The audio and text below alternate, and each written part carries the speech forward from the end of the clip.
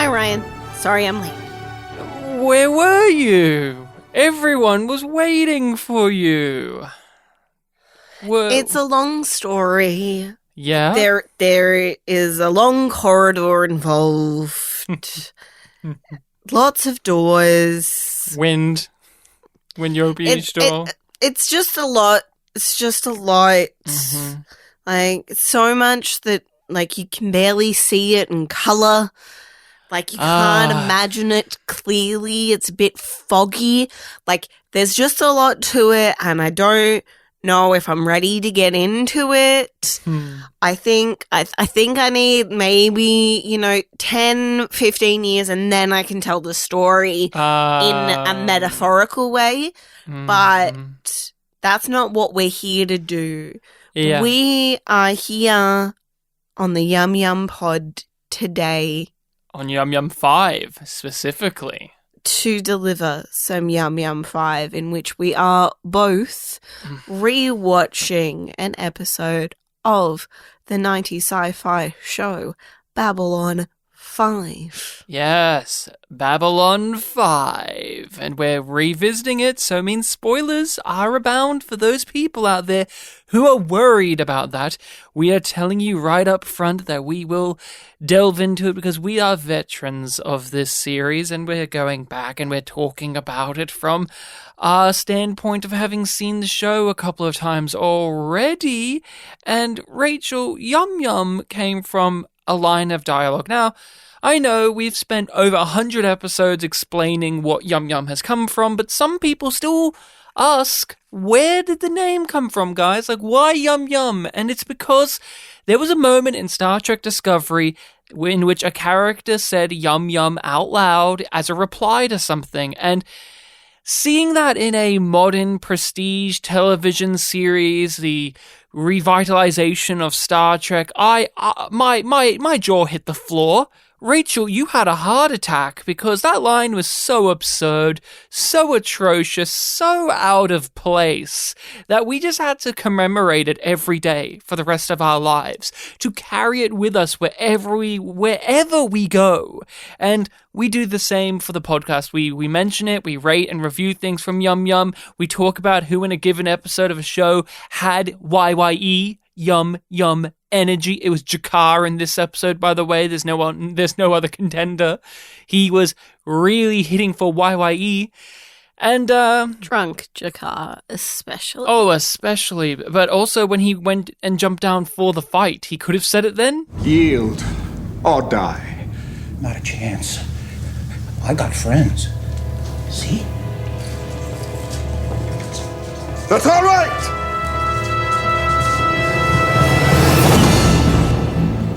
So does he! It's episode 13 of season 3. Lucky 13. A late delivery from Avalon. Sheridan unveils the Babylon Treaty. An unusual traveller comes aboard, claiming to be King Arthur, and he has the sword Excalibur to back his claim. I like how they chucked in the Sheridan thing like it's a plot, not just 2-3 scenes shoved into this episode randomly. Well, they didn't dare. They could have do it opened up with King Arthur in the description.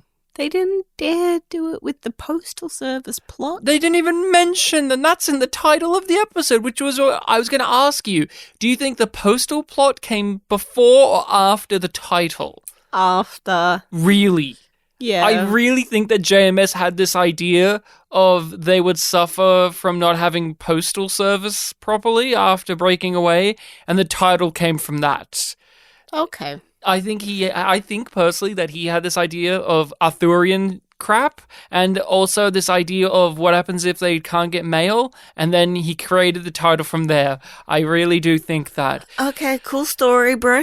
Oh, you agree? A late delivery from Avalon is a cool story, bro. Thank you all so much for listening to YumYumPodcast, in which we give our quick-fire opinions on episodes of television. That was our quick-fire opinions on A Late Delivery from Avalon. You can find us on all of your social medias under YumYumPod or YumYum YumYumPodcast.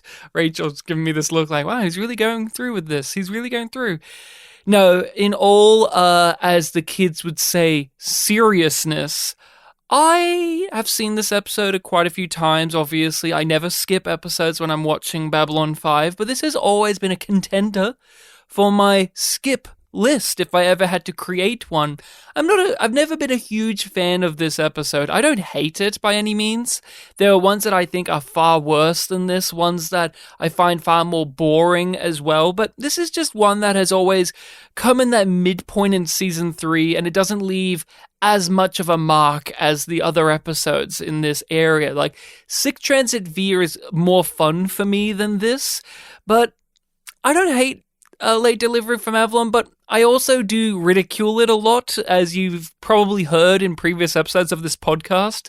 I often use the "and then King Arthur came to the station" as a point of derision, because it is one of those gimmick plots in which the writer has their little gimmick to throw at us, and you have to be on board for that or not. Like, what if Jack the Ripper came to the station? Or what if there was a guy looking for the Holy Grail? And so on and so forth. Sebastian, please. Yeah, Sebastian was looking for the Holy Grail, thank you. No, you know what I'm talking about, though. There are those episodes of the sci-fi shows, including Babylon 5, in which there's the thing, and it isn't necessarily related to the show as strongly, yet there are themes and plot points that obviously are with this one, but this isn't one that draws me in with its gimmick. I'm not an Arthurian head. I'm not into King Arthur stuff. It's never been appealing to me. I have no attachment towards it. I'm also not into, at this point in the show, now we have a guest star character be a lead. I mean, the Brad Dourif episode was this season, and yet I like that episode. I've always liked that episode. But, yeah, I've just always had a very mixed, and I could skip this episode opinion on a Late Delivery from Avalon. What about you? What has been your dynamic with this one, the King Arthur episode? I'm always like, oh, and the King Arthur episode. Okay. It's here. It's gone. Bye-bye. Do you remember what you thought of it that first time? I remember not enjoying the episode, but enjoying the consequences of the plot. Like, Drunk Jakar. Fucking love it. Yes, Sir Jakar, the Red Knight. Wonderful. Wonderful. Forever in love with that scene. Gave you more Marcus action. It And he's being full British boy. Gave me more Marcus. Enjoyed it. He quoted somebody that's not Dickens. And Franklin knew who it was. Yeah. I know. I was very surprised by that. Garibaldi being an asshole. Yeah, the Postal Service thing is always a little amusing aside. And Sheridan being like, no, I reject this plot. Give it to Marcus. Yeah. So you've not been a fan of this either. Why? It's passable. Mm-hmm. Which is why it feels very skippable in lots of ways. There was no King Arthur. It's a story. That's all. Well, not exactly. There's enough historical evidence to suggest that there may have been a real person behind those stories. Well, either way, it's pretty obvious this guy is not Arthur. So, as interesting a diversion as this might be, our first concern right now has to be getting this treaty worked out. I still don't think that this is an incredible episode, but it does offer up a lot of pieces and has a great performance at the center of it. And it reminded me of it having things that I really like from Babylon 5, certain quotes, certain character beats that are in this episode. And so I got a lot out of it on this watch, and having to do our podcast where we're revisiting and looking over things and reviewing them and analyzing them, I got more stuff out of it looking at it through that lens than I have in previous watches, in which it is I am going through the episodes and then I'm moving on to the next episode, so then eventually I get to the stuff I like or the stuff that I really love, and that isn't present with this because we're doing it week to week. So I'm making this an event in itself every weekend when we sit down to record these. So I came in with a different relationship with the late delivery from Avalon than I usually have, and I think a lot of people would. And so that is something to note down for people out there who love or hate this episode. The way that we're consuming it this time is very different to maybe how you people are out there and how we have had done it in the past. I want to praise something straight up top. Is it has my favorite Marcus quote in it as well. I'm Team Marcus, as we've heard. I'm on the Marcus train, and choo-choo, choo-choo. And it has with the quintessential Marcus quote, which is when he is talking back to Franklin and how if life was fair, it would be a really terrible thing if we got all the things that we deserved. And that viewpoint that he offers up is what his character is. Throughout the whole entire show, he offers up this very unique understanding of the world that not every other character has, and that was really great to see here, and to see how he explores that himself within the episode with his relationship to Arthur, and how he's willing to let Arthur live this lie, because if he found out the truth of his backstory, the truth of who he is, those horrible things of life would catch up and ruin this illusion, ruin this idyllic situation that he's living in, ruin this hero, and it wouldn't be fair. And I really enjoyed that. How are you with that? Marcus is a character you very much enjoy. How did you fare with him in this and that quote that he gave us? I love that quote that he gave us. Especially I can't remember exactly, so I don't want to say it. But when they're leaving the scene and he has that last line, and it's like, yeah, that's your philosophy, Marcus. Yeah, that he takes great comfort in the general hostility and unfairness of the universe. Yes, that's it. That's it. That's my boy. That's such an angsty little bitch. That's my angsty little British man. Also, the beard's coming in more. The beard is coming in more. It's in there, and I'm here for it. You are. It's a distinct correlation for you between how much you like Marcus and how strong the beard is. It's getting to soup-catching level. I used to think it was awful that life was so unfair. Then I thought, wouldn't it be much worse if life were fair? And all the terrible things that happen to us come because we actually deserve them.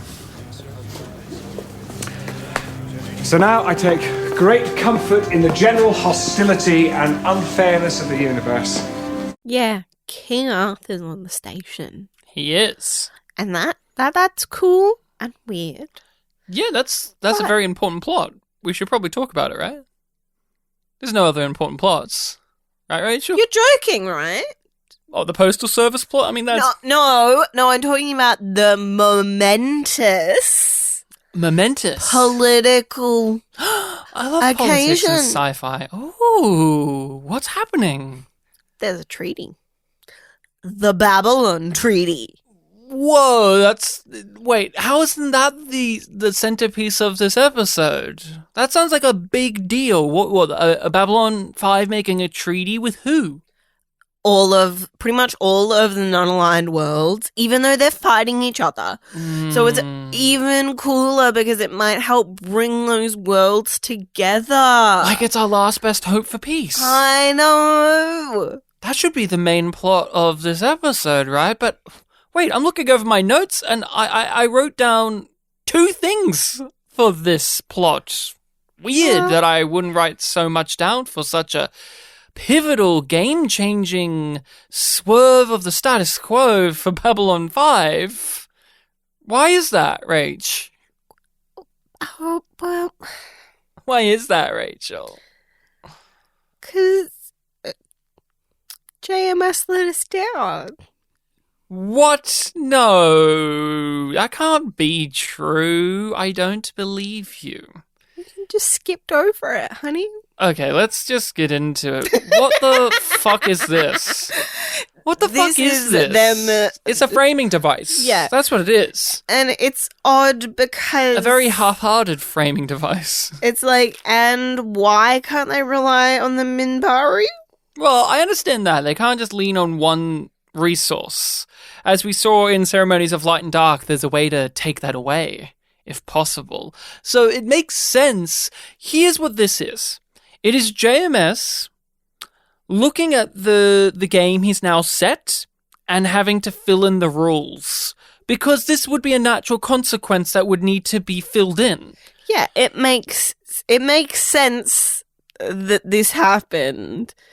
And it makes sense that they would show you this in Babylon 5. But it's just... nothing. It's a nufty again. A nufty, people. And do you want to know what that means? Well, become Australian and find out. This is a footnote. This is just a thing, a loose thread to be tied off, and now the nerds can be happy that it is tied off, and we have resolved this potential problem, and we can nip it in the bud now before it blossoms into something bad later. And that's all it is. It is him checking off a thing on his list, rather than making it anything of substance. This is a sequence of events that just takes up time in the episode, and like I said, it serves as a very half-hearted framing device. You really can tell this when we get to the point where they've wrapped up that, and then Ivanova is about to tell Sheridan what's going on with the plot further, and then we cut back to the Arthur plot. Yeah. It's possibly the laziest example of this we've seen. Teeny weeny bit pathetic. I keep forgetting that there were even scenes of it here. Because it's not as if there was any challenge. It was just they had a meeting and handed out some folders. Okay, this took up 5 minutes. We don't even get name drops of the worlds that don't sign on. Yeah. It's just enough of them did with room to spare. Great. Done. And that's it. We move on to the postal plot, which is good. It's fun. Like it. What's happening in it? Do you want to tell us about what is happening with the postal service, the post office? Well, as we know,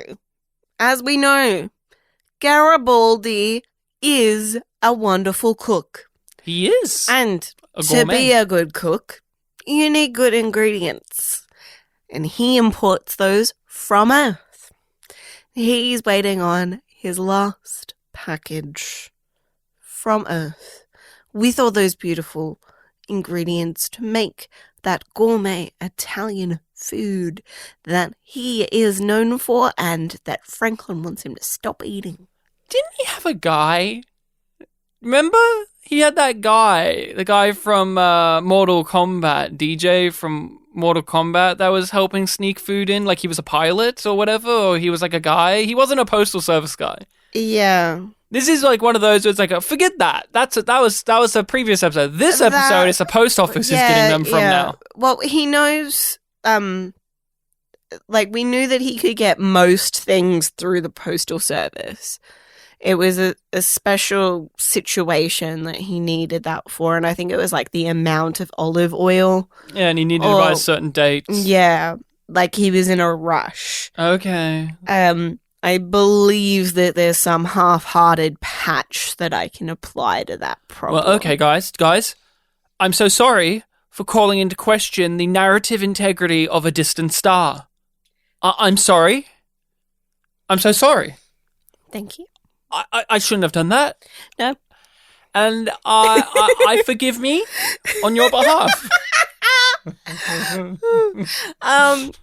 So Garibaldi rocks up and he's told that it's going to be 100 credits. Thank you very much. How much is a credit? I still don't fucking know. I still don't understand. JMS, we know you're listening. Tweet at us. How much is a credit? Hashtag how much is a credit in B5. So he has to pay 100 credits. That's a lot. That's twice the amount that Night Watch would pay you a week to be a Nazi spy. Just think about that. They would only pay Zach 50 credits. Now he has to pay double that for the mail. Could you imagine having to pay more than $100 dues, which is the equivalent of credits, for mail? I can't imagine that. I can. Really? Like,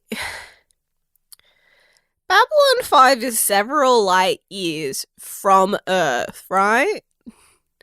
And they have to go through hyperspace. And now they've broken away from Earth. So there's all these extra things that are making it more expensive. It looks like a pretty hefty box. But it looks like a toolbox that they've stuck a B5 sticker on. No, not a B5 sticker. They made a special Earth postal thing, and I love that they made a special little logo for him. Yeah. It's really cool. Yeah, because, you get that. You get the post, like, the boxes that you get from the post office that have the little logo on it. It's like, that makes sense. But I'm thinking of how much it costs, like, per gram to send anything up into space now. They're still using pounds. They haven't evolved to the metric system. They measure it by 5 miles. Those stupid, foolish Americans and their space travel. I can imagine. Yeah, it's really science fiction. They're still using using that system, not the metric. They can't fucking grow coffee beans on the station legally. Marcus has to use his ranger skills to get bacon and eggs. Like, I'm like, yeah, it's outrageous, but not unexpected. Garibaldi thinks it's unexpected and outrageous. Yes. He believes that this is unacceptable. Look, that's 3 times the delivery charge for a package this size. That was before we had a revolution around here. Now, in my little corner of Earth Force, the mail still gets delivered. If I gotta use trap doors, alien transports, and back channels to get the mail in and out of here, then that's what I'll do, because that's my job. Neither rain, nor snow, nor meteors, nor alien invasion, nor... Look, this is extortion. The story is very, very short and sweet and simple. It is a guy at the Postal Service refuses to give Garibaldi the things that he wants. Garibaldi, in one way or another, tries to get those things, and then in the end he does. What swings this into being more fun is that performance from the post office guy. He is fun. He looks like he's a guy that would work at the post office. He acts like an absolute asshole, but in a real fun way, in a real delightful way as a viewer, in which you can tell that this guy is just enjoying dicking Garibaldi about, but there's no real malicious intent behind it. And in a way, you root for him at points because Garibaldi is such an asshole as a character a lot. It's fun to see another person look him in the eye and make fun of him, and Garibaldi has nothing to do. He can't stop them from dicking him over, and then you watch him throughout the course of the episode figure a way out to come out on top. And that is the thrust of why this all works. It's that performance, it's the dynamic of those two characters against one another, rather than having anything substantive to the plot of it itself, which is why we have to criticize the Sheridan Babylon 5 charter thing. That has none of that. It has nothing. Nope. This doesn't have a plot necessarily. There's no real mega complex 3-act structure or character growth or arc, but it has that dynamic. That understandable comedic riffing dynamic to it. And we get to see Garibaldi try to figure it out. So as you were going to go into, him and another security guard, not Zach Allen, he was having a day off. And Lou's not here anymore. We miss Lou. If Lou was here, it would have been a top 10 scene. But him and another security guard, they come at night. And what's their plan? These These genius security guys, what's their plan? Shoot the lock off, take Garibaldi's package, and leave. Because if security breaks and enters, it's not a crime. They're broken away from Earth. There's no such thing as law enforcement proper now. They make their own rules. Yeah.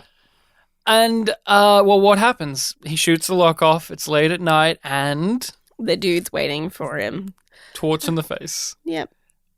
It's so ludicrous. This is a sitcom plot. I can imagine this being in an episode of Becca. And I like that the guy is sitting there in the middle of the night, still with his hat on. That's the thing that really gets me, is he still has his hat on.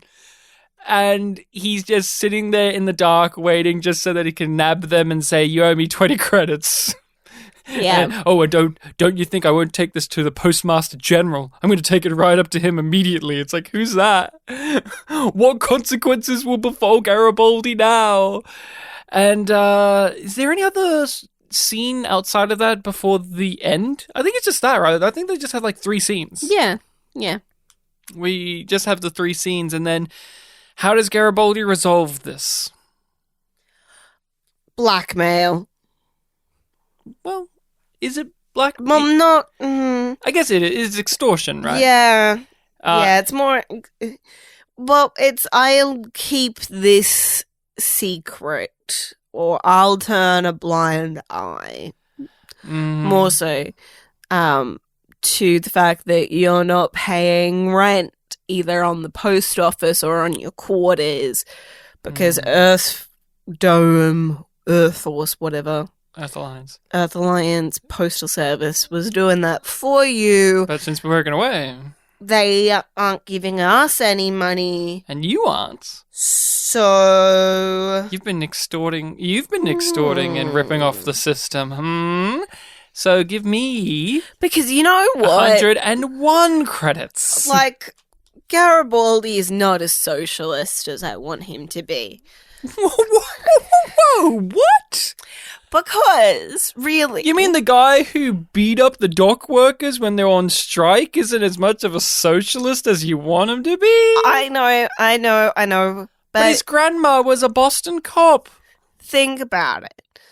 Probably the degree to which this dude has hiked up the prices for everybody, not just for Garibaldi. Oh, yeah. Garibaldi cares only about himself. Is probably somewhat equal to the rent for that dude's quarters and for the business location of the post office.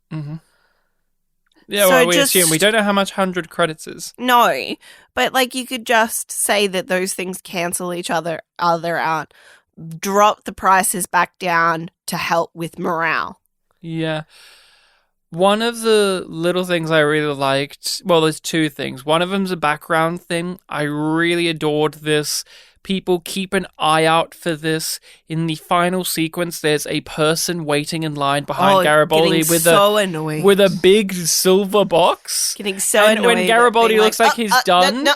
When Garibaldi looks like he's done in turning away, the guy takes a step forward like, oh, finally. And then when Garibaldi turns back, he sighs and kind of looks pissed off, and he takes a step back in line, and he looks really annoyed because he thought it was his time to get served at the post office. And I thought that was a nice little background detail. And the other thing that relates to... That's an extra taking their moment.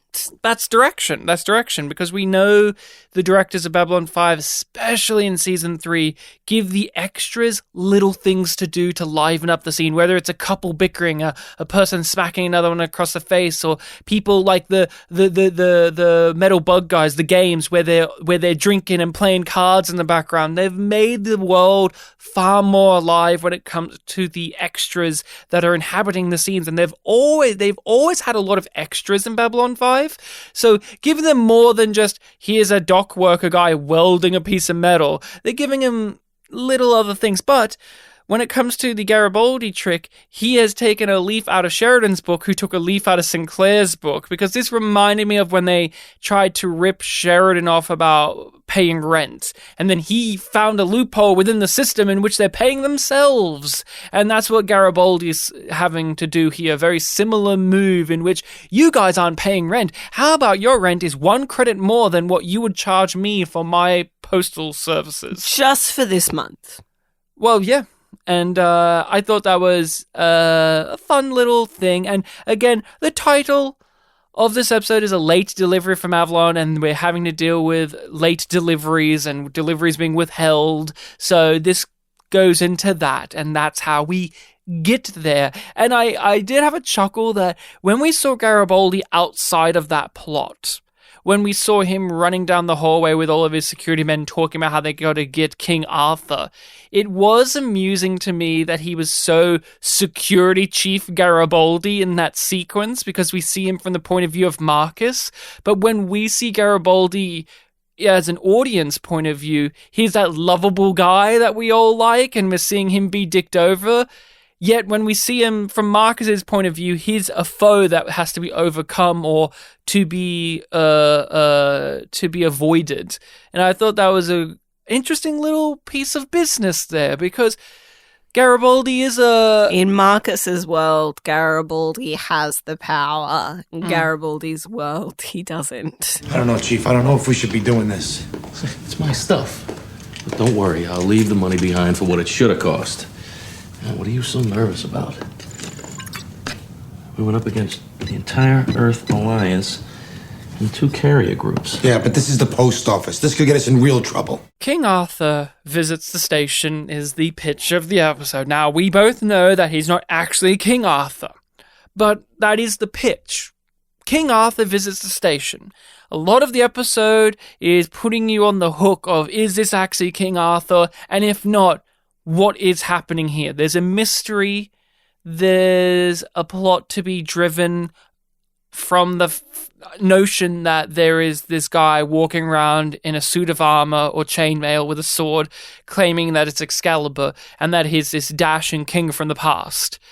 Is that too silly of a pitch for you at this point in the series? Not on its own. Okay. Why not? Here's the difference, though, for me. It's not that itself is too silly. It's that it's too silly all up front. Yeah? And that's why I'm like, meh. Well, how's it silly all up front for you? What are some examples of this? The way that we're introduced to him. Okay. Compare that to the way that we're introduced to Sebastian. Where there's an ominous quality to Sebastian. And they leave the reveal of who he is to the very end of the episode. Yes. Here we are pitched that this is King Arthur at the very start of, or like in the opening sequences of the story. Yeah. Anybody who is truly dangerous is secretive. So it's like, oh, okay, this is not going to be what it seems. Yeah. Because it would be really fucking dull if somebody just... A weirdo rocking up to the station and being like, hey, I'm a weirdo. I'm going to be a weirdo in this way, and continuing to be a weirdo and then leaving. And then it's proven to be correct that he actually is that weirdo he claims to be. Like, that's not interesting storytelling, and that's not JMS's style. So you know that there's going to be some switcheroo at some stage. A reveal is going to be And you're like, had. is it going to... It's not going to be more silly than the King Arthur stuff, because that's not the tone that this show goes for. But it does tee you up with the idea it could be because of Sebastian. It plays with that. But it's like, it's starting up high, so it's going to go low. Because that juxtaposition is JMS's bread and fucking butter. Going from one extreme to the other and gliding you through them. Yeah. Is what it's like when it's at its best. This is not such a smooth ride, which is also why makes it feel more silly at times because all of the pieces are kind of working. Like, the performance is great. The script is fairly solid, but it just doesn't click into place for me. Interesting. So I'm on the opposite end. I cannot get over the pitch. I just can't. It's one of those things in which it is a preference. There is no, oh, this is objectively a terrible idea. People, if you like this idea, great. I can't get on board with it. It is just one of those things that has always blocked me off. It is too silly. It is too absurd, especially at this point in the series, especially at this point in the show where we've gone through so much. Even if we've had light, silly affairs like with Veer last episode. Zog.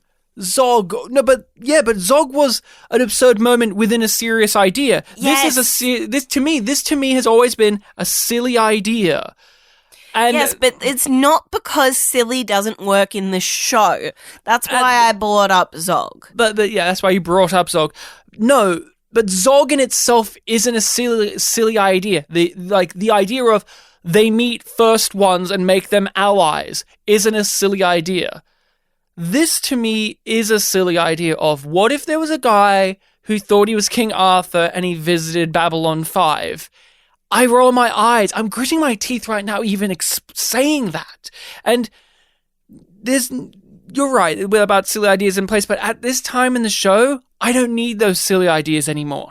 If this was season 2, episode 7, sure. I could accept that a little bit more, but after all the stuff we've gone through with Earth and the Centauri and the Narn and so on and so forth, this is just a holdover for me. But on the opposite end, again from you, is I did not think it was silly in its execution because the performance and the character himself of King Arthur / David McIntyre is played straight. He believes it. He's embodying this. There is an emotional gravitas behind him. Authentic, lived in. The silliness comes from how people around him react, such as Jakar and Marcus, and even to a minor extent, Sheridan, because when he hears about it, he just blows it off like, this is an interesting little oddity. But he himself is so po-faced about it that I don't find it silly. It's just the pitch of it is silly. Like, the premise that this is silly, but the actual execution of it is the most straight-laced, sincere, wholehearted attempt that you could do with this inherently blocking me out of being able to buy this premise.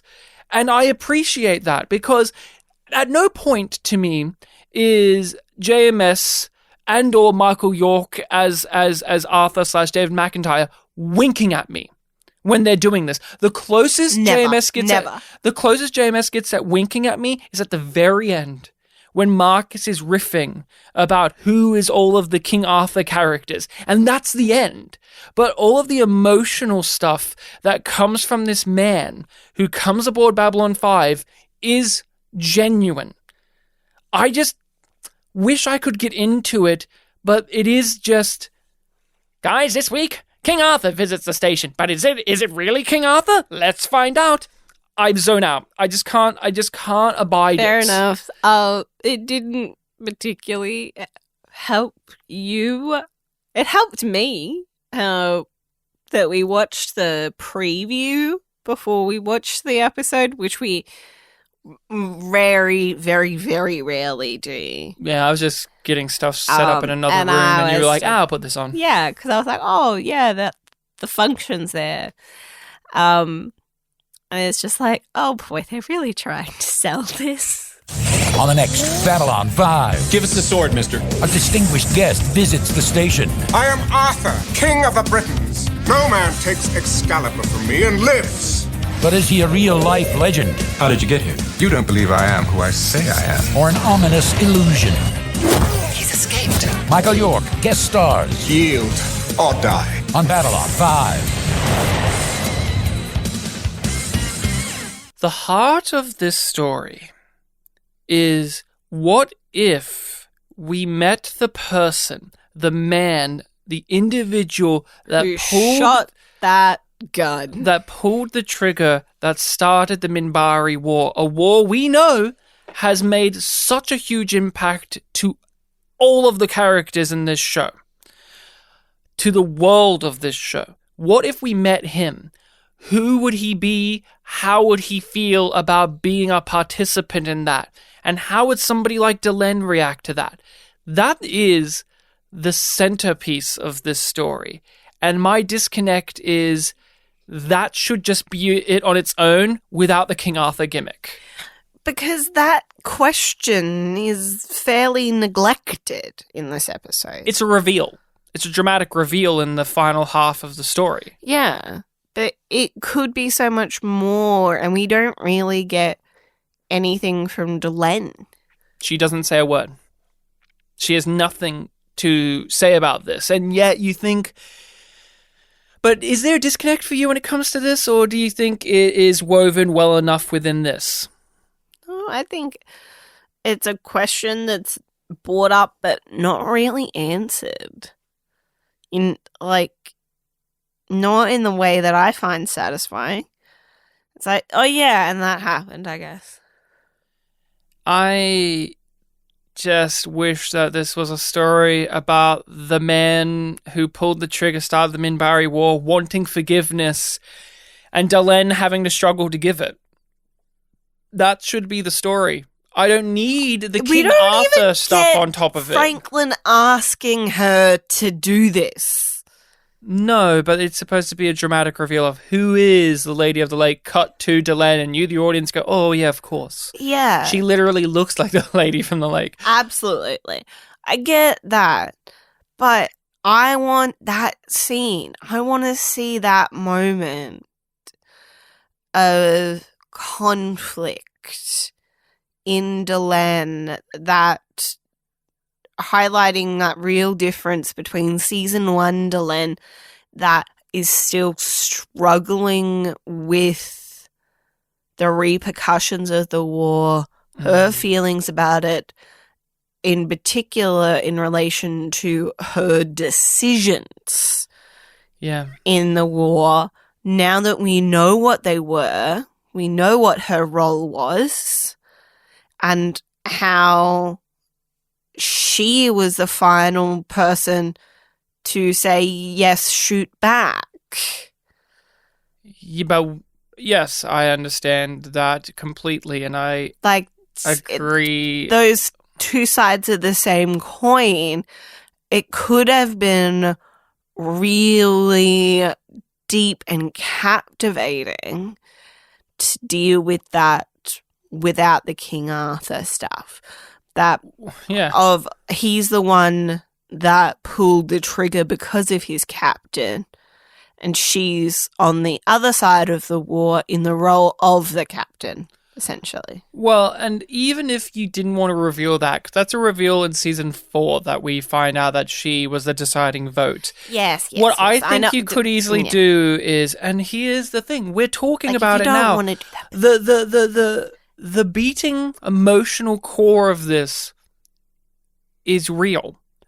This man's turmoil is unique and a story that you didn't think that you wanted to see in a show like this, but yet when it's presented, you go, holy shit, yeah, I want to know more about the man who started, quote-unquote, started the Earth Minbari War. I would like to see how that would impact the people there. Like, the fact that Sheridan never gets to find this out on screen and or react about it is bananas to me, by the way. And so is it for Delenn. She gets told about this off screen. She comes in and she's just quiet and accepts his sword and forgives him. There's another version of this script in which this is a Delenn episode, because you could have her struggling to forgive because she thinks that she's at that point where she could be like that, because she's a bridge between two worlds, right? She's this human Minbari who's protecting Babylon 5, and she's very angelic, but when presented with a figure who has made the path she went on, a very dark path in her life, is presented to meet that figure and forgive them. Maybe she has trouble doing that because she had to hold the body of her mentor dying in her arms because of this guy right there. That's a story. That's a story. I don't need him running around helping an old lady get a picture frame back. That takes up like 5 minutes of this episode.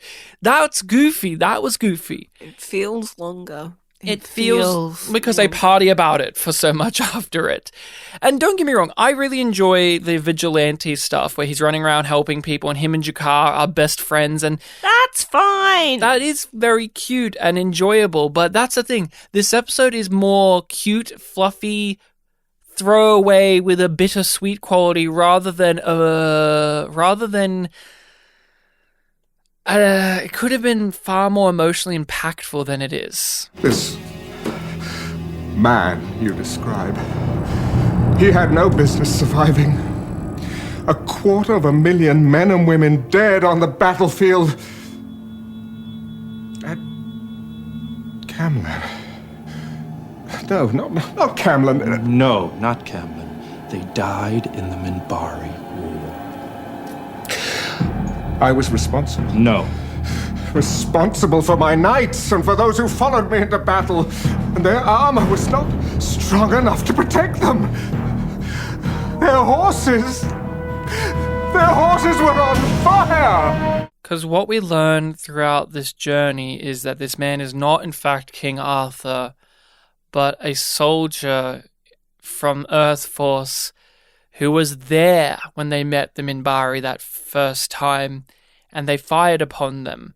He fired upon them. He was ordered to, and he did it, and he's felt guilt about it, bouts of depression, he was signed on to be at the Battle of the Line. He was one of the few people who survived. Well, they needed everybody they could get, right? And he volunteered knowing it was a suicide mission, and he's one of the, what was it, around 200 out of 20,000 people to survive. And again, we're seeing the survivor's guilt aspect of the show being brought in. There's a lot of characters in this that are suffering from survivor's guilt and PTSD, and here's another example of that. And yet, that aspect is left for the back half as a reveal. Yeah. And I don't care enough about him to be that invested in it. I care about him enough, but I think it's just because this idea is so enrapturing to me. This premise of the man who started the war is enough. So excited by the potential of it. Yeah, and Michael York's very good. Yeah, Michael York is really bringing it that extra flavor. I haven't thought about this. This episode, like you say, and like I say, feels very skippable, very one and done. You could just watch it and go, whatever. But it is that type of episode where it is that, but it is putting together all of these important pieces that have been given to us throughout the show to give us a full picture, or at least a fuller picture of how the Earth Mbryo War started, because we've been given enough. It's another piece of that situation, and a lot of the time, information that comes through about that first encounter is paired with information about the line as well. Because those two things go very much hand in hand. It's like the start and the end. Yeah, the end, yeah. He's been giving us all of the information we need to know about how the war started. We know that the Mbryo have their gun ports open as a sign of respect, and we saw Sinclair almost fall into the exact same trap and shoot them. We've been told that it was an accident that started this war, that Ducat's death was an unfortunate thing. They didn't mean it to happen, but it did. We've been given it all, and yet the show never concretely until now told us what all of these things were when you put them together. And so we have that now. We have, this is the beginning. this is the guy. He was ordered, and now we've got them in the order that we need. We've only got one major piece left, which is Delenn and how she factors into the war, and we'll get that next season. But what I like about the reveal of it here, I think about how Star Trek Discovery does reveals like this, in which we already know the reveal 3 episodes before the reveal is given to us. Like, every season they have a mystery on Star Trek Discovery, and 3 or 4 episodes before the season finale, they tell us what the mystery is, and then they wait another 3 episodes to tell us again like it's a big surprise. And the real difference here is we have the answer. Already we have the answer. If you were smart enough, if you really sat down and thought about it, you could have already known this.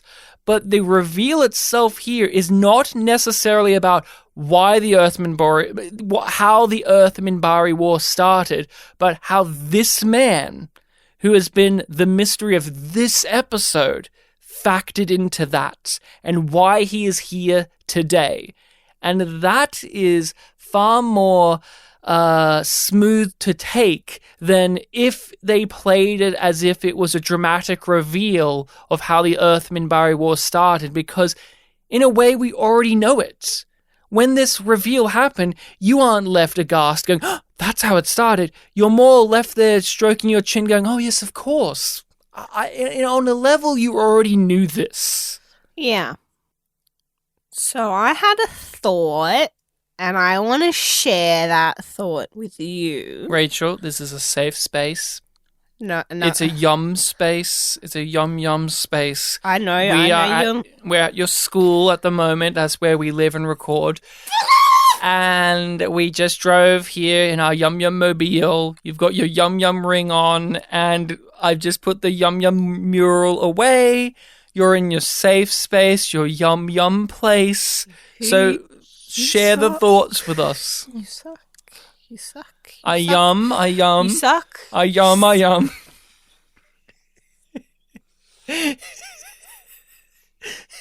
No seriousness. What have you got? So, when we were starting this episode, I was drawn to a particular comparison.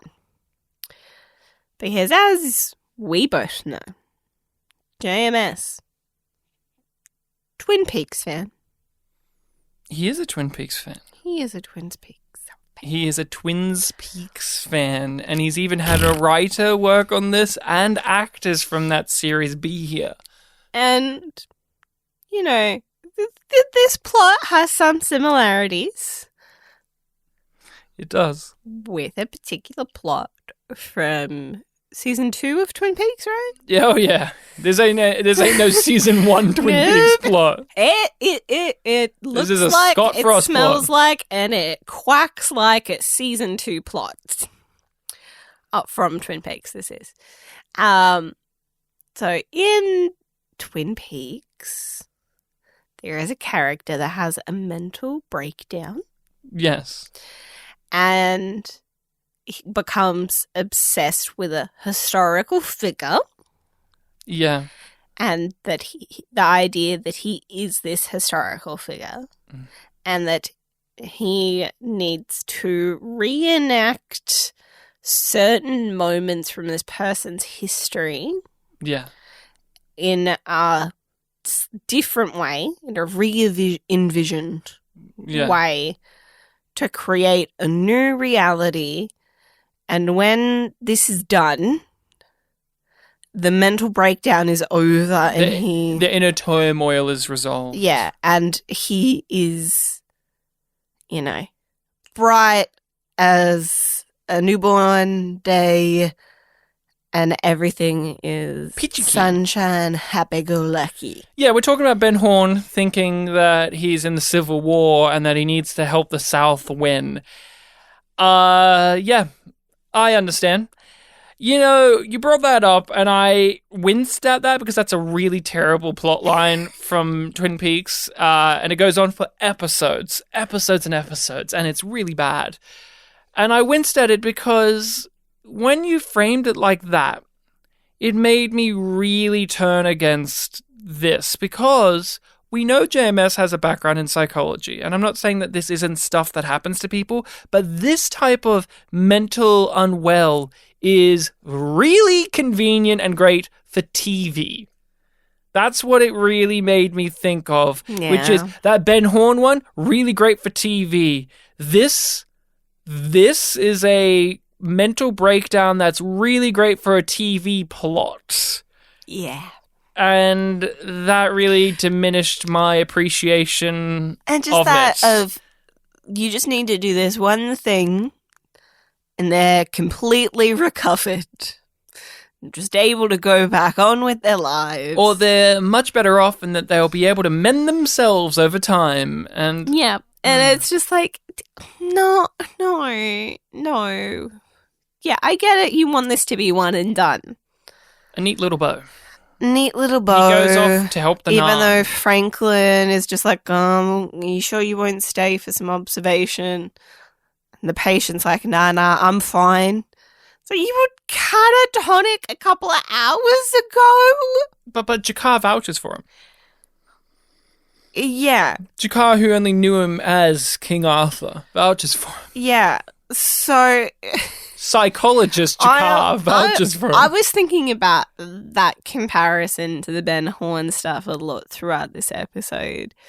It's just feels like psychology made quackery to fit TV isms. I understand. If you could follow that sentence. No, it's Split. You remember the film Split where they took multiple personality disorder or dissociative identity disorder, but they called it multiple sometimes in that. And they used it as a fun story gimmick for your movie and not really anything else. And that's how I feel about this, in which it's a mental illness thing, your PTSD survivor's guilt thing that manifests into this idea that he's running around thinking he's King Arthur. And it's oh so good for a 45-minute plot of the week, rather than anything deeper. And again, I think you can make this deeper. If we're doing the Babylon 5 reboot, there are 2 episodes of this show I dare JMS to do again, and do better. TKO, give us a full episode of Ivanova's side of that, or a character equivalent. And this episode, I fucking dare you. There's a way you could do this episode so much better than it already is. And again, I want to stress, I liked this on this watch far more. I was in the groove of this. I didn't love it as much, and I think there's some flaws with it as we're going through right now.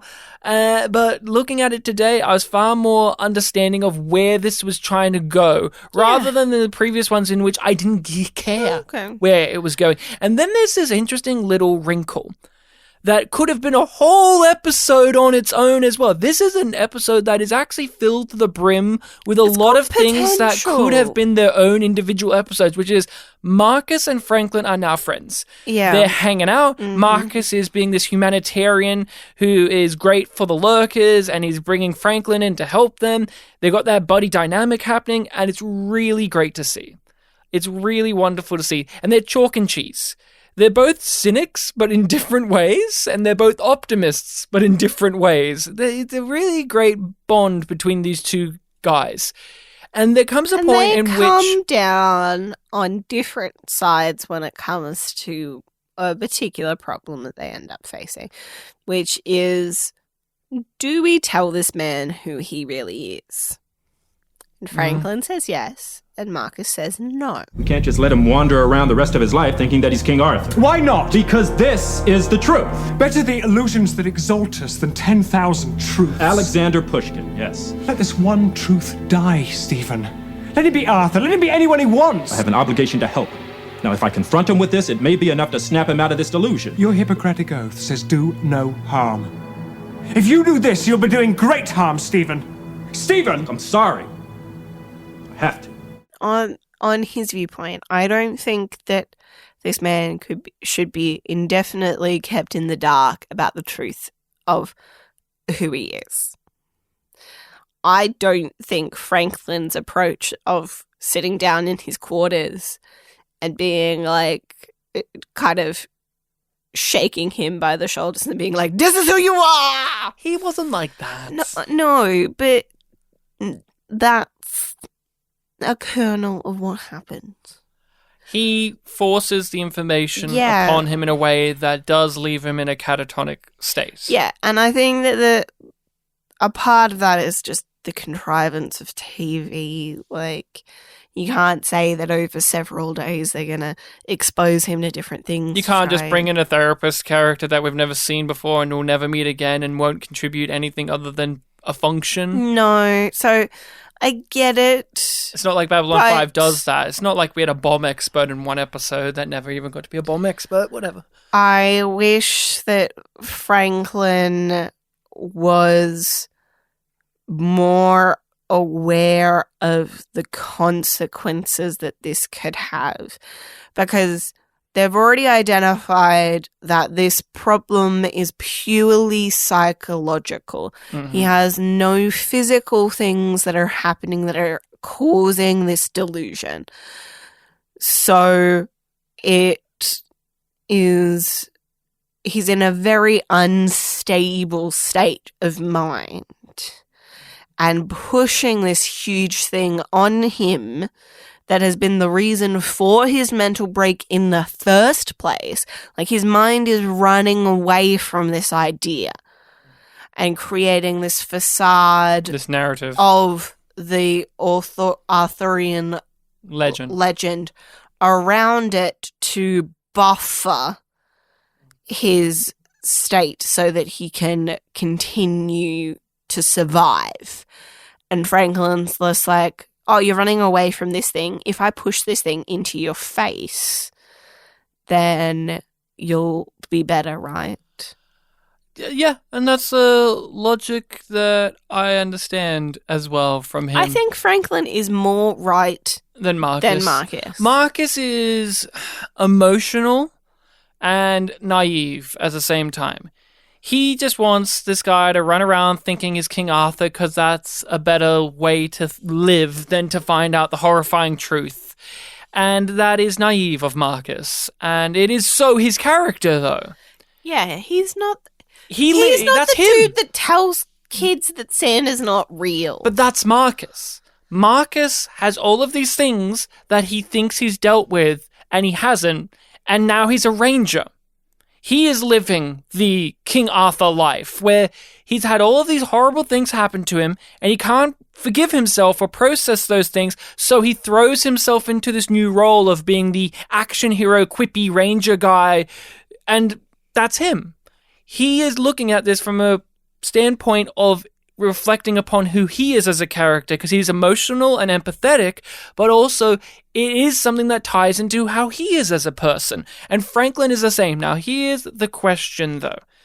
They have it in the text that when it goes wrong and Franklin fucks up, he acknowledges his character flaw, which is, you think after everything I've gone through, I would have learned by now that I can't just fix everything. Fix everything. He acknowledges that what he did is wrong, yet he also acknowledges that that is just a thing within him where he thinks he can easily walk in and fix things without any consequences.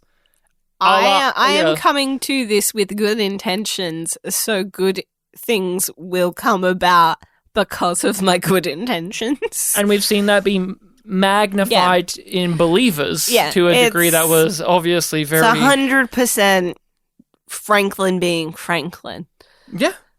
So this is one of those moments in which you raise your eyebrows at him and you go, I don't know about that. And you see the result and you go, geez, Franklin. And then there's a payoff to it in which this is just another layer to his flaws as a character, in which he could have dealt with this so much better, but he didn't because he thought he had it under control.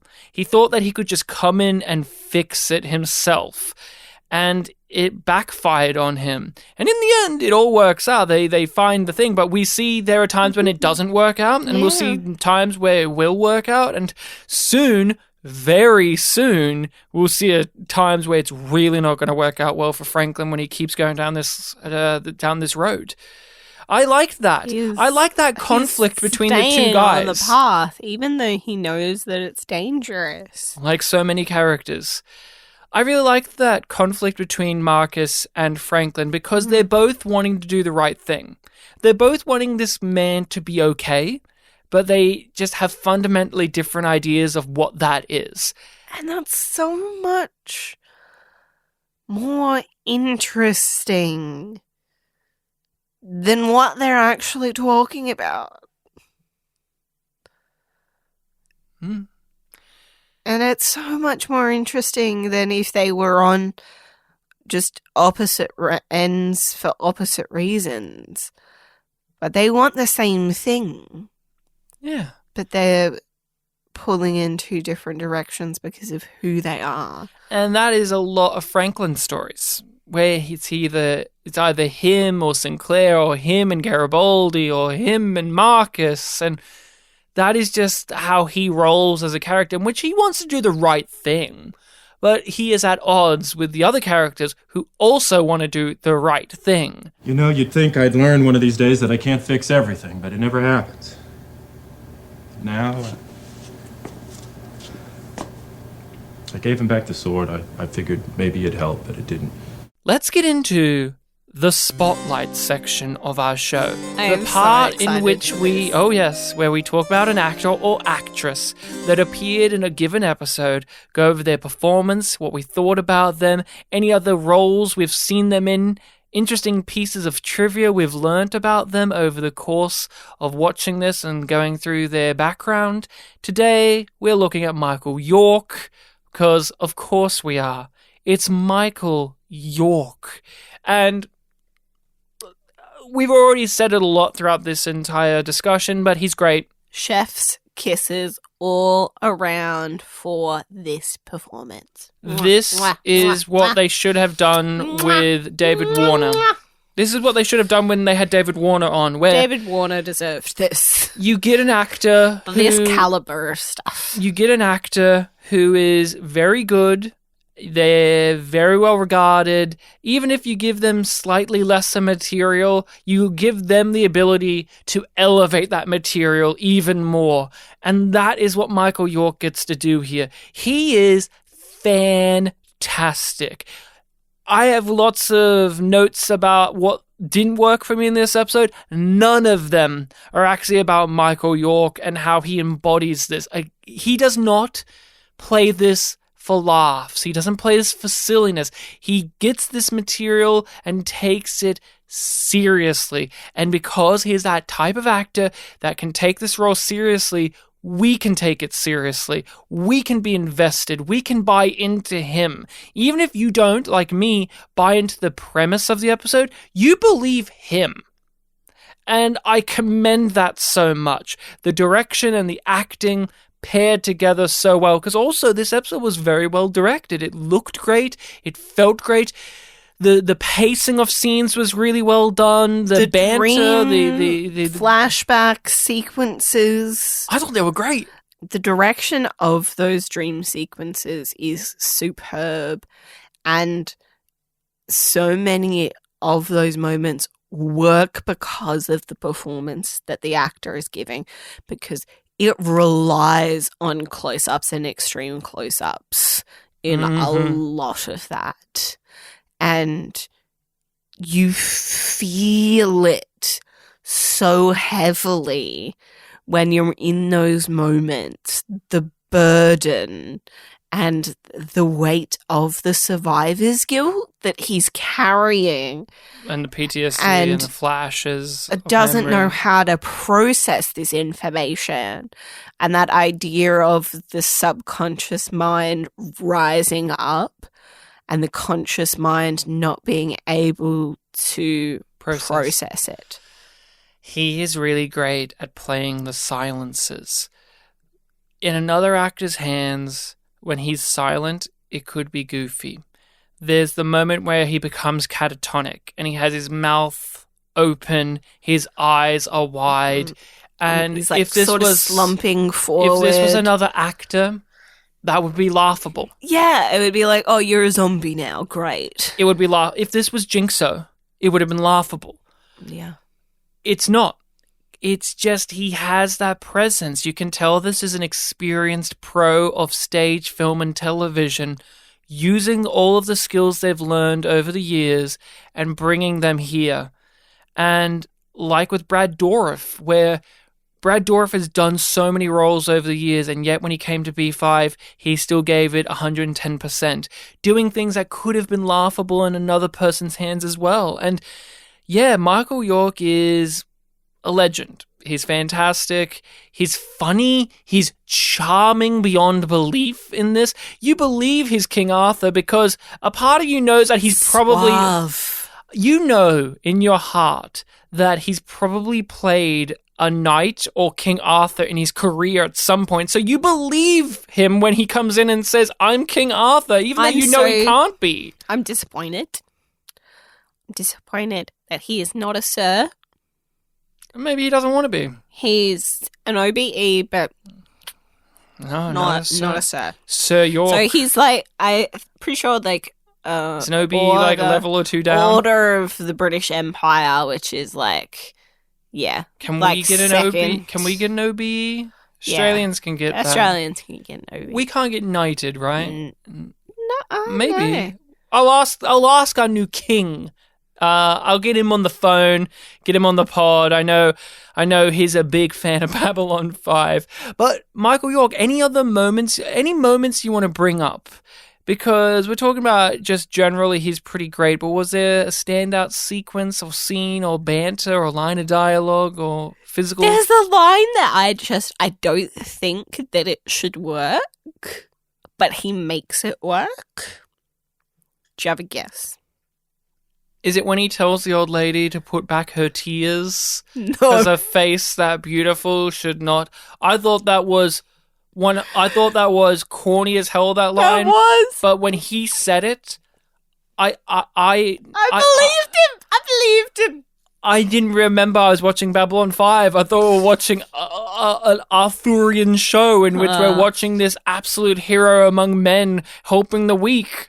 I was enamored by that line. No, it's a moment that's probably a better example than the one that I have.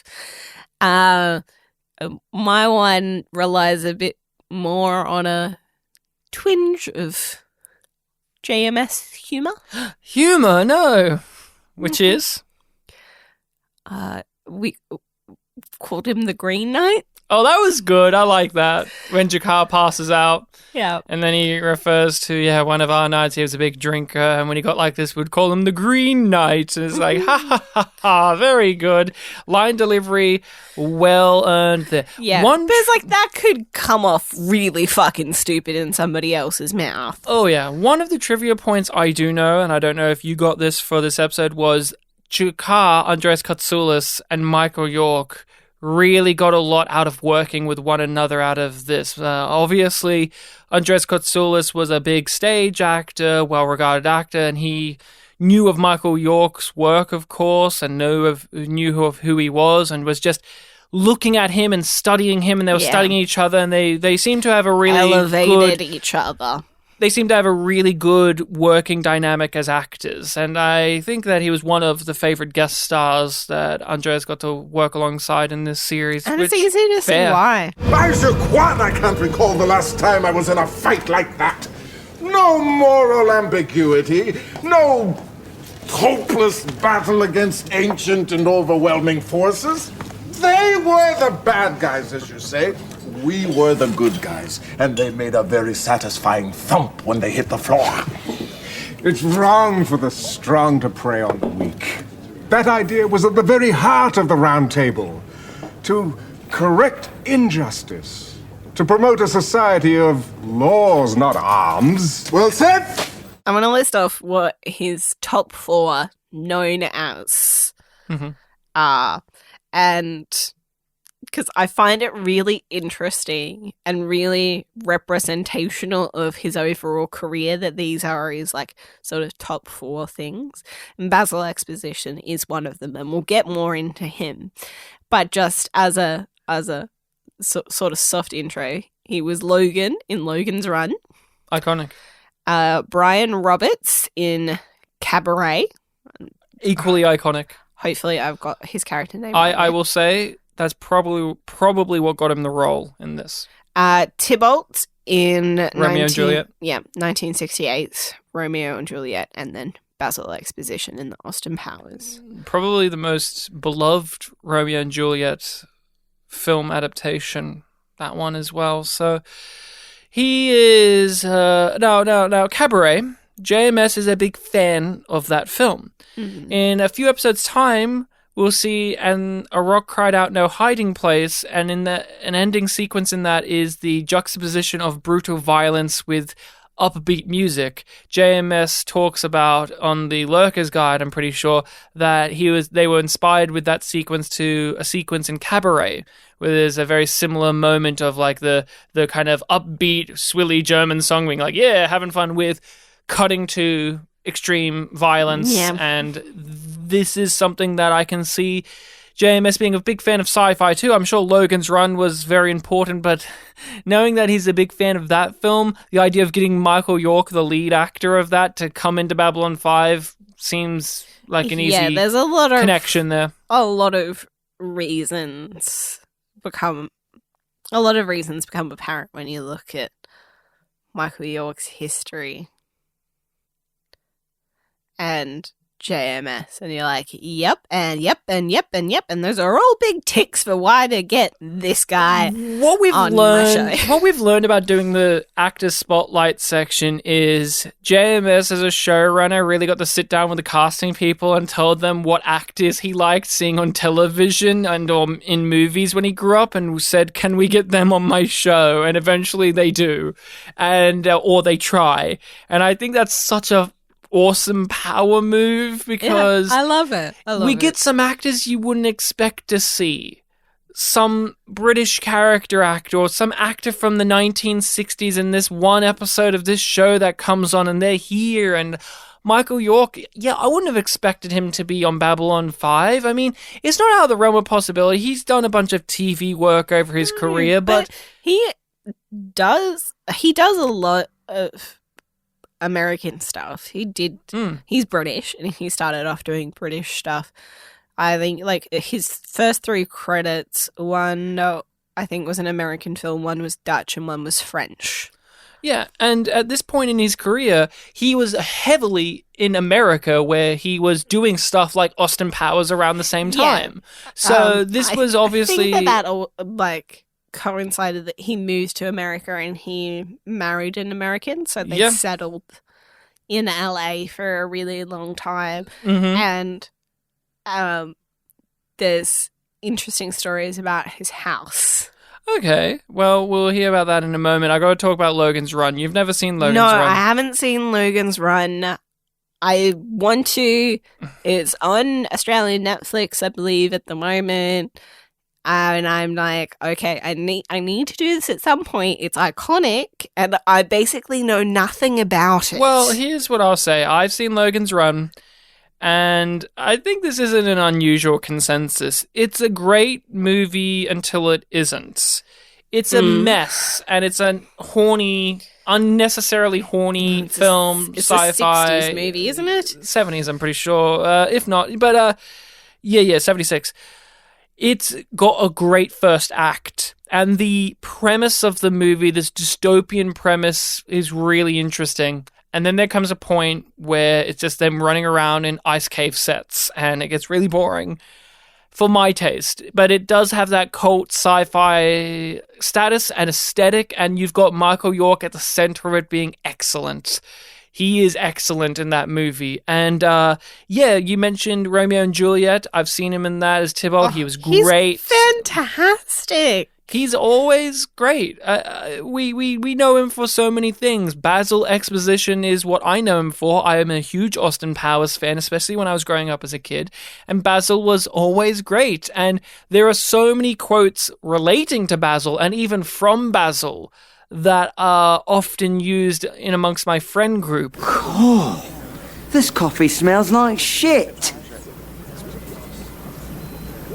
It is shit, Austin.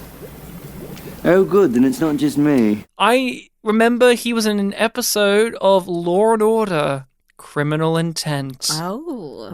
I loved Law and Order Criminal Intent because it was very different. It had Vincent D'Onofrio as our lead, and he was giving us everything you want Vincent to do. He was wonderful in that series. It's a real Sherlock Holmes take on Law and Order as well. And their version of Irene Adler in that was this Australian serial killer lady that he kept letting get away, but also he loved her. And we found out that Michael York was her mentor, was her serial killing sociopathic mentor. And he was, I do not use this lightly, fabulous. I'm pretty sure he wore a cravat. He was like a lounging ladies' man, and he was a creep as well, but he was absolutely adorably fabulous and just wonderfully extravagant. And he gets, spoiler alert, he gets killed at the end by the Australian lady. She doesn't even, I think, physically appear in that episode. It's just, she did it. Because we can't have that loose end be found, because her whole thing is you don't really know my backstory and now you're stumbling across it. How dare you? And he was just absolutely wonderful in that one-off guest appearance of Law and Order Criminal Intent. And I know there's someone listening to this that remembers that episode and goes, yeah, Ryan, he was great in that. Law and Order Criminal Intent, underrated show. It's pretty good. But you could say that about pretty much anything. He was in this, and he was great. Has he ever been bad? He's been in bad things, but has he ever been bad? Tim Curry effect? Is he the Tim Curry effect, where it's like every time you see Tim Curry in something, you're having a good time, even if it's shit? Yeah, every time I see Michael And he's York, good in everything, even when it's bad. Yeah, I would say so. He was in How I Met Your Mother. Yes, he was one of the Van Snoots. He was, I believe, in the episode, like he's just in one, I'm pretty sure, where Ted gets an in with all of the snooty people. And he's one of them. Yeah, and he's one of them. And it's just like he's such a big fan of Ted doing all of like the wine tasting and telling all of these jokes and giving these facts about architecture that all of his friends make fun of him for. Do you want to talk about it? He was in some episodes of a show you love.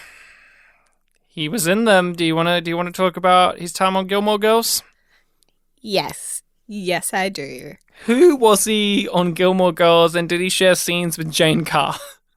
Because that would have been the dream team. Both stuffy British people from Babylon 5 in Gilmore Girls. I don't think so, no. He's in it very sparingly. 4 episodes. 4 episodes, but he's referenced in a lot more than he physically appears. And I always wanted more of him. He's Asher Fleming. Okay. A Yale professor. Oh, so he's Rory's professor, right? Yeah. Because she went to Yale. Mm-hmm. Yeah, which is fun because I think in the show they say he's like originally from Oxford, and Mr. York graduated from Oxford. So that might have been a nice nod, or I might just be implanting a coincidence. But no. So he's a literature professor at Yale, and each year he picks a freshman to have an affair with. I knew you were going to go there. I knew it. He can't just play nice guys, can he? He's always like a little bit of a scamp. He is a very sexual person in this show. Oh, yeah.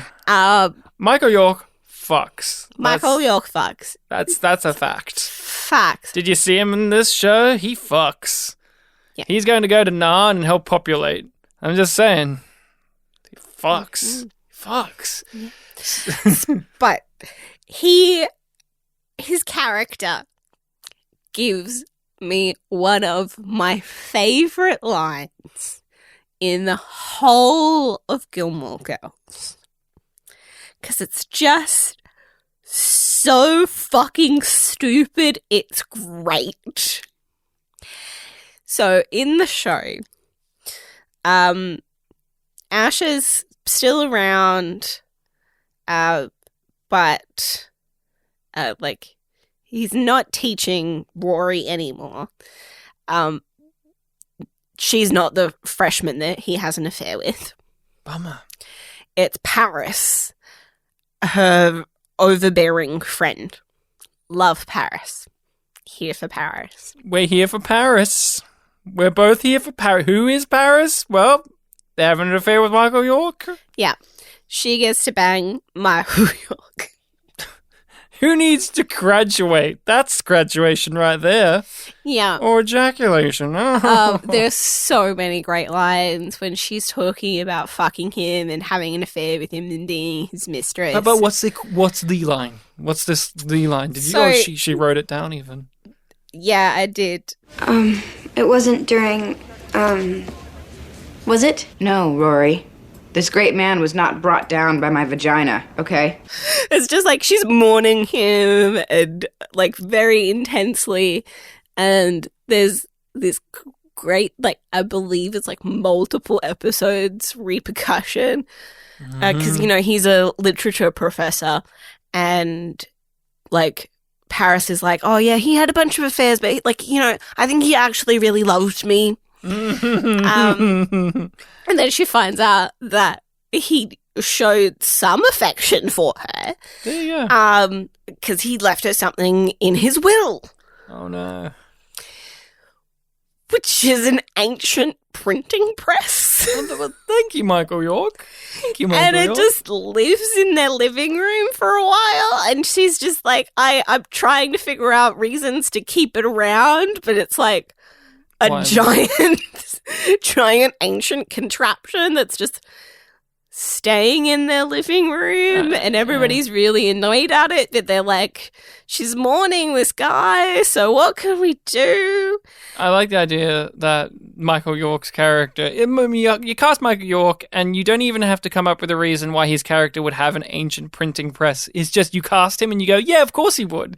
He's a literature professor. Of course he has it. But not even that. He's Michael York. I mean, he was in Curb Your Enthusiasm as himself, even. I remember some of that. And yeah, he's just a guy that for a period of time was just popping up in things like Sliders and a very vast career. Because in all honesty, when I think of Michael York, I think of him in two ways.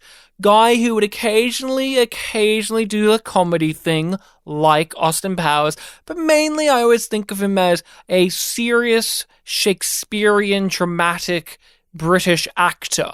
But when I'm looking over his catalogue of work, a vast array of roles and a vast array of people that he would hone in on. And I was surprised by the number of voice acting credits. I mean, you with that voice? Can I help you? Yes, I'm a reporter with a local paper. I'm doing a story on people who wear sweaters. Do you mind if I ask you some questions? I'd be delighted, but I must warn you, I don't wear a sweater every day. Interesting. He's been in a number of Musketeers productions. Yeah, because he's one of the three. He's he was he was look. You don't know the Musketeers. Don't pretend. No, I have it written down and I can't pronounce it. D'Artagnan. He was mainly D'Artagnan. Oh, yeah, of course he was. Do you see that guy? He's a sexy. Here's the thing too. Let's not beat around the bush. We already said he fucks. He's a sexy man. He's a sexy man. There's this moment in the episode of Babylon 5 where they show him a picture of his younger self, and he's pretending like he doesn't, like his character is oblivious to the fact that that's him. And I almost want him to be like, I don't know who this rather sexy, charming man is, but I do like the way his hair is cut. My lord, what a beautiful looking man. Too bad I don't know who that is, and I just kind of wish Michael York looked into the camera and that's when he winked. Yeah. Like, that's when he winks at the camera, like, it's me, guys. Like, I know I'm sexy and you know it too. Do you know his connection to the Wicker Man? Yes, I read this, and this makes a lot of sense. Makes so much fucking sense. In his career, him and Edward Woodward would often compete for similar roles. So he was up for being the lead in The Wicker Man. He could not do it. It went to Edward Woodward, and there are so many incidents of that happening in the career of both men, in which one would get in, the other almost. And I can totally get that. They have somewhat similar vibes to them. I would say Edward Woodward, in my experience, has a far more aggressive vibe. I think he plays sterner characters than Michael York. Michael York, I think, has a softness to him. He's like, I will fuck you, but it will be a sensual experience. He's playful. Mm-hmm. He's playful far more. Edward Woodward could have that too. I mean, let's not forget he was in Hot Fuzz. But you said you had some information more so about him as a person. Now, him and his wife, you said there was something going on with them and was it their house? Yes. So we'll get to the house stuff in a little while. There's a little bit more of backstory to get up to some context, them selling the house. Which is for kings. I hate that quite so much now. Anyway, he has this really nice quote about his wife. They've been married, I think, since like the 60s. They never had kids, but she already had a kid, so he's a stepfather. But he had this to say about his wife. An extraordinary woman. Every day is a fascination to love her. And I just thought that was so sweet. Every day loving you is a fascination, Rachel. Thanks. It's not sweet when I say it, though. Thanks. So... No, I was just... You're waiting for more? Yeah, I was waiting. Fascinating how you eat so much chocolate. Wah, wah, wah. I wanted some of it, Rachel. Okay. But it's too yum to share. There it is. There's the thing that I was waiting for. So back in 2009, he was having a lot of health problems. Okay. Searching around for a diagnosis, and for a brief time that they diagnosed him with throat cancer. No. But that was a misdiagnosis. Okay. What he actually has is a rare disease that is called amyloidosis. Okay. Which affects like the proteins in your body, and you get proteins where there shouldn't be proteins. Oh, so it places them in different areas. Yeah. Oh, okay. I was expecting like protein deficiencies, but no, this is... Oh, okay. So he's had 2 blood stem cell transplants, which have, like, he says that my life's been saved twice now. Okay. By this. So, around 2009 was when it was sort of started. And then in 2013, he got the formal diagnosis. Right. And he basically hasn't been working at all sort of since then. Some voice stuff, right? Yeah. Simpsons. Yeah. A couple of guest spots on The Simpsons, and the last one was 2020, and he's got something that was listed as being in post-production at the moment. So during this, he and his wife were like, okay, what do we do? Because they went to the Mayo Clinic, which was where he finally got diagnosed, because it's a rare disease, so everybody was thinking that it was something else. Yeah, I'm curious if you have the information. So, like, what are the like, what's wrong with him exactly? Like, what does it physically manifest into that's, like, impeding his ability to be an actor, necessarily? I'm just curious. Like, I understand, like, the idea of, like, proteins being distributed to different places, but I don't know what that actually means. Maybe it's just me being oblivious, but I just don't know, like, what you physically get when that happens. Well, it usually kills you within 7 to 12 years after you get a diagnosis, because it affects how all of your organs function. Okay, so you could have, like, organ failures and... Okay, interesting. So you were saying he had to go into this clinic where he got the formal diagnosis for what's been happening. He's no longer working as much, if at all, because of this. Wow, I didn't really know that, because when you look at Michael York's IMDb, you see he still does things. So it can particularly affect heart and kidneys. So early, if you can catch it early, it's much better, because obviously the more that the proteins build up, the more problems that it can cause. So he's working with teams at the Mayo Clinic, and in one of the articles that I read, he's just like, in LA, you used to be friends with all of these, like, superstar celebrities, and now all of my best friends are doctors. Yeah. Wow. I didn't realize, because you think of Michael York as just a guy who's still out there working, because he's been working always. He's always been doing the grind and being that charming British rogue that we all know and love, and he was in all those Austin Powers movies, which gave a revitalization to his career, and doing all of this voice stuff. So, and I think it may have also been affecting his eyes, because in all of the recent photos that I've encountered of him doing this research, he has the very heavy tinted yellow lenses. All right, yeah. And it's just like, you have to hide your beautiful eyes. No, wow. Okay, I mean, I hope things go well for him, and he's been going through this for a while. Yeah, so he's been going through this for a while, and I think it was a couple of years ago, sort of during the pandemic, I think, that they decided to move to the Mayo Clinic, which is in Minnesota. So they've moved from LA up north, and their house has its own really interesting history, because the mansion that they owned was sold for obviously several $1 million. It's a couple of streets or something away from Sunset Boulevard. They rattled off all of these other people that have lived there, and a few stories about different dinner parties that they had at this place.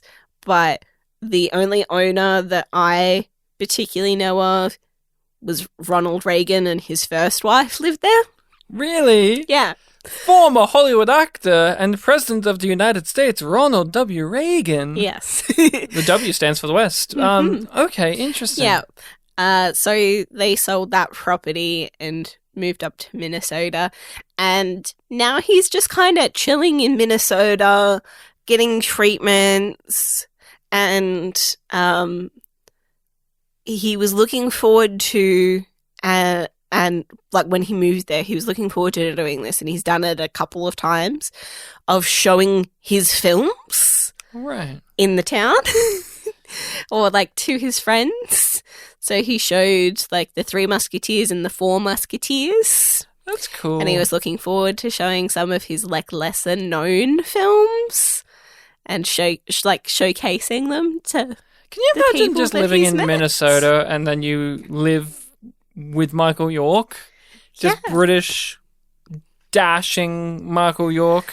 Yeah, so he it seems that like because of his health stuff, he's sort of in like a semi-retirement sort of phase. Yeah. Like I didn't find anything official about him saying that he's not working anymore, but it seems that this health condition has really taken over a lot of his life. I'm slowly getting back, and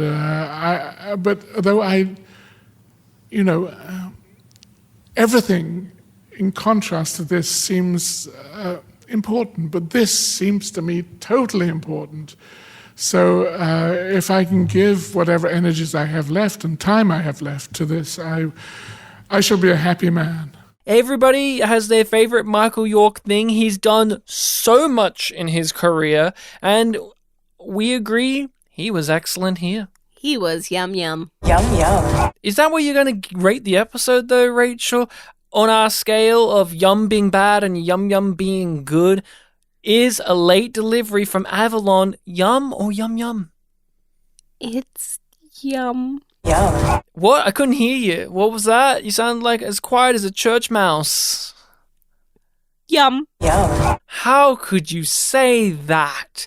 This episode had a guy running around with a sword and Jakar being fun and drunk and not having to worry about the moral ambiguity. But a late delivery from Avalon. Just a yum from me. It's a yum from me. Yum. Let's talk about what we'll be viewing and discussing next time on Babylon 5. On the next Babylon 5. Ship of Tears. War can forge unexpected allegiances. Events surrounding the recovery of a transport vessel convince Cyclops Bester to assist B5 in its struggle with the shadows. Ooh, it's a Bester episode. Bester! Bester's back, baby! Oh, that would be fun. People, make sure to give Ship of Tears a viewing in the interim of time.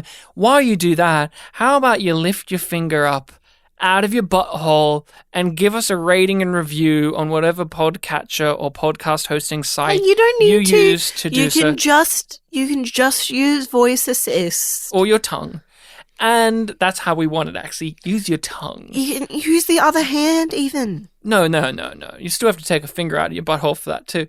So, use your fingers and finger us a review. A positive one would be appreciated. You can follow us on the social media platforms under YumYumPod or YumYumPodcast, as well as support our show even more so on Patreon, where we are going through Space Above and Beyond. We're talking about individual episodes of that series on our Patreon, as well as the X-Men movies and the Star Trek movies have been discussed. There's a buttload of content. That's why you got your fingers up there. You're trying to get all the Patreon content out of there. Too bad. You've actually got to sign on to Patreon. Go to YumYumPodcast on Patreon. Add yourself to a tier. Yeah, you disgust Rachel. Hear that? Trying to steal our content without actually supporting us financially. All of this is in the description of the episode, including our email address, yumyumpod@gmail.com. Jakar was here, and he said goodbye to the King Arthur guy, but he didn't say good eating to you, which I thought was really offensive, considering that he is now a knight. And I have no words to say about how offended I am by Jakar, other than I will just finish this out now. Rachel, good eating to you. Good eating to you. Mr. Cannonball!